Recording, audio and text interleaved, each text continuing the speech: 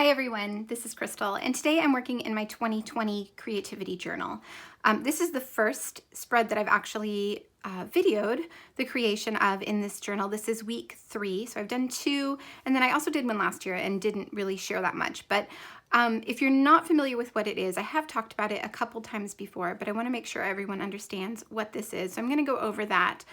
But first, just be forewarned, this is probably going to be a bit of a longer video. I want to make sure I go over all the aspects of this and really explain what it is that I'm doing and why I'm doing it. And because this is the first time I've filmed this process, there's going to be some clunks here and there. So yeah, just be prepared that this is going to be a bit longer, and then hopefully future videos in this album will not be quite as long. So like I said, this is my creativity journal.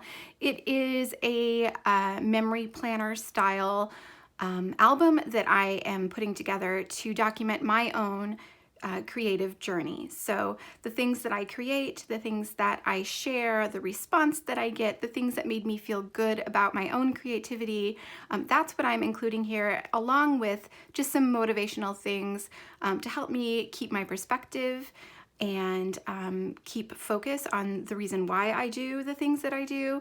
That's really what this album is for me. It is certainly not a place for me to brag about what I have done or to be too hard on myself for the things that I haven't done. It's just a documentation of this part of my life right now, and something that I'm thinking I will love looking back on in the future as my own creative endeavors change. So that's what this is. To document it, I am using the memory planner templates from Retro Hip Co, from Andrea, Retro Hip Mama. These are from her shop. These are last year's. I dated them myself in InDesign and printed an entire year's worth of pages. I have them printed on slightly heavier duty paper. I think it's 30-pound paper, so it's just slightly thicker. It has a really beautiful finish to it. It feels just a bit more luxurious than regular printer paper that I normally buy at Walmart or wherever. And like I said, I printed all of those ahead of time. I have them all ready to go. So then each week, at the end of the week, I sit down and go through all of the photos I've taken of the things that I've created. And I generally do take photos immediately after I make something. That just makes it easier for me. So I have those all in my iPhoto library. And I look at what I've done, what I want to include in this week's spread. I look at both YouTube and Instagram to remind myself of everything I've posted. Anytime that I'm excited about something I see on Instagram or am inspired by something, by a quote, I do take a screenshot. So those are all in that week's iPhoto library as well. And then I just kind of decide what photos I want to print. I generally am pretty comprehensive. I like to include a little bit of something about everything that I've done that week. And then usually I do print out most of the screenshots as well. They don't always all make it into the album just because of space and you know, the way that the page flows.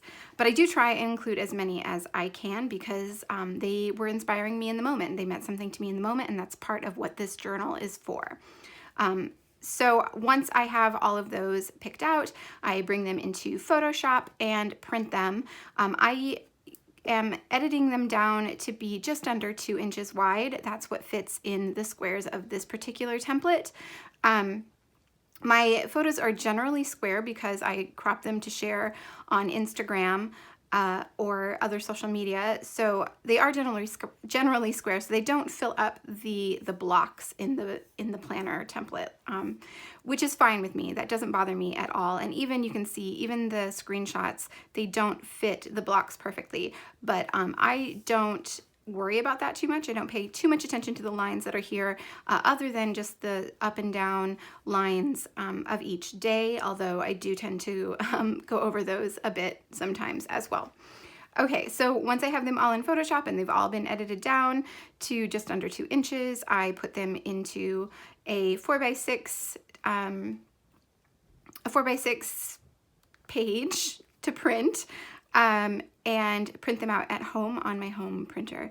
and then I trim them all out, go back and make sure I have them all on the days where they were taken or shared or posted.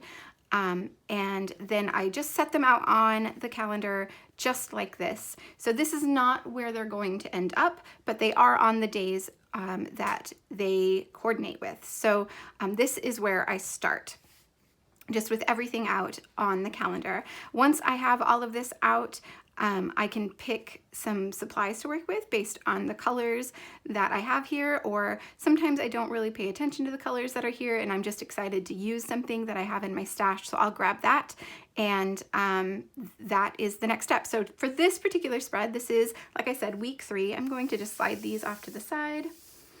I am going to be using the She's Magic collection from Dear Lizzie, or what I have of it. A bunch of this came in the most recent Citrus Twist Kit add-on kit, and I was really happy to see it. I had purchased quite a bit of it a while back and hadn't really used much of it, so it reminded me to pull out the rest of my stash. So some of this is from that Citrus Twist Kit add-on, and some of it is just from my own stash of things that I've purchased online and also at Joann. You can see I got the project pad at Joann. So that's what I'm going to be using. Once I have that chosen, the next step is to figure out where my journaling is going to go.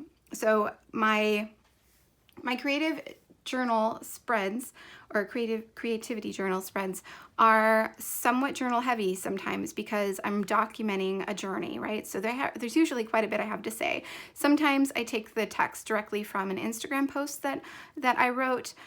Sometimes it's more reflective. Sometimes it's more like journaling, because like I said, this really is a journal. So the next step that I have is to figure out what journaling I have to include and where I want to include it. So when I'm considering how to add my journaling, I'm generally thinking about 2 things. One is that some of it will be typed directly onto the sheet using my typewriter, and that others will be typed onto like a journaling piece, something like this, and then added to this. So I'm thinking about how much journaling I have to include and how I want it to sit on the page. So that's what I'm going to do next, and then I'm going to come back here when all of my journaling is done and show you how I put the rest of the page together. Okay, so I have done all of my typewritten journaling. If there's anything else I want to add, I'll go ahead and handwrite it. But this is all of the typing that I've done. You can see that I have type journaling for a few of the photos. I also typed out this quote just on one of the pieces of ephemera from the She's Magic collection, because I don't really need this so much as just having the quote in here. And then I did type up a little bit of extra journaling that I intend to include over onto the side. Most of this is not glued down yet. I have glued these 2 pieces of ephemera just because it was easier to type on them if I actually put them down on the page. And you can see that my typing is far from perfect. There are typos and things misaligned, and that's fine with me. I think that's part of the beauty of typed things instead of actually, you know, I could have put these through my computer, or I could have typed them up before I printed them, but I wanted to use my typewriter and have that kind of not so perfect look. So my next step is to erase the pencil marks that I put on this page just to show where my journaling needed to start, and then to glue down all of the rest of the photos. I think I will probably leave these 2 not glued down so that I can add things around them if I choose to, but they are going to sit approximately in those places. Okay, so that's what I'm going to do next. So just in case it wasn't perfectly clear, when I went away to do the journaling, the first thing that I did was place my photos where I wanted them to be. And that was really just a matter of balance across the page, making sure that they were all on the appropriate days, but that they weren't just in a straight line across the page. So just spreading them out and making sure the page felt balanced. So once that was done, then I could decide which ones I wanted to journal directly onto the page and which ones needed something else around it. And then I went through the journaling spots that I had from the collection that I chose and picked out some that would work for the spots that I needed to add journaling. And then I just typed it up on my typewriter, like I said, and that brought us to where we are now. So I've erased all of those pencil marks and glued down all of my photos. I left those 2 larger journaling spots open, or unglued, that is. And now I'm going to work on my week title. So I grabbed 2 stamp sets from my stash. These are both Feature Craft, both designed by Brandy Kincaid, both Brandy Kincaid's handwriting. I think I've used this on another spread in this album already. I'm not keeping my week labels consistent. It doesn't bother me to have them change week to week, but I do really like this set. Unfortunately, neither of these are available, but if you're looking for something similar, there are a couple similar stamps in the Feature Craft shop that you could pick up. There's also a week stamp designed by Andrea of Retro Hip Mama in the Citrus Twist Kits shop. That is also a really great stamp. So those are what I would recommend if you're looking for something similar to this. So I'm going to stamp week 3 using the alpha and number stamp. I did use my T-square and draw a little straight line because I thought there was no way I was going to be able to get that straight without it. So I just used a little pencil and marked that line. I wanted it to be in just the right spot there. I didn't want it to interfere with the number 13, Monday's date, so I needed to space it just right, so I made sure that I had that line drawn so I didn't get all wonky with my stamping. And I managed not to get black ink all over my page, which is an unusual feat for me, but I'm happy to have gotten that stamped without a mess.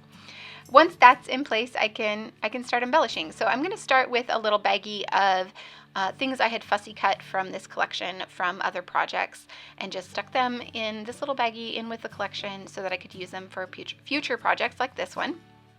I have a bunch of florals that I fussy cut and I knew I wanted to use those. So I'm grabbing pretty much all of those out of this bag and just trying to find where they might fit on the page. I'm not gluing anything down yet. I'm just doing that thing that I always do where I just kind of plonk things down on the page and see what will work where. I usually add a lot more things than actually end up on the finished page. But this at least gives me a jumping off point. It narrows down my options a little bit and makes me feel a little bit less overwhelmed by the entirety of the collection. So just continuing to do that with the things that I fussy cut, both from that floral paper and from some of the cut apart sheets that were in both the 6x8 pad and the 12x12 papers. Next, I'm going through the ephemera pack, and I actually have 2 of these because, like I said before, one of them came in the Citrus Twist Kits add-on, and then I had already had one in my stash. So I have 2, so there's kind of doubles of everything here. So I'm just looking through all of it, seeing what might work. I added kind of a ticket behind my journaling there to the left, and then one of the teacups underneath my quote, and then again some more florals and these adorable little birds. I'm going to end up using both of those on the page. I'm happy to get those used up. I think they're super cute, but I know I would have trouble using them on a scrapbook page, so happy to get them used here. And of course I have 2 more if I want to use them on a scrapbook page too. So I'm also looking at the sticker sheet that was in the project pad. This is essentially the same as the 6x12 sticker sheet, but just in a single 12x12 page instead of double-sided 6x12. And of course they're a little bit thinner too in the project pad, but that is actually a good thing for a page in this kind of album. I also had a couple of scraps. Those were actually the branding strips from the 6x8 paper pad. I had them just laying there, so I cut them into banner shapes and added them to the fussy cut banners that I put at the top of the left-hand page.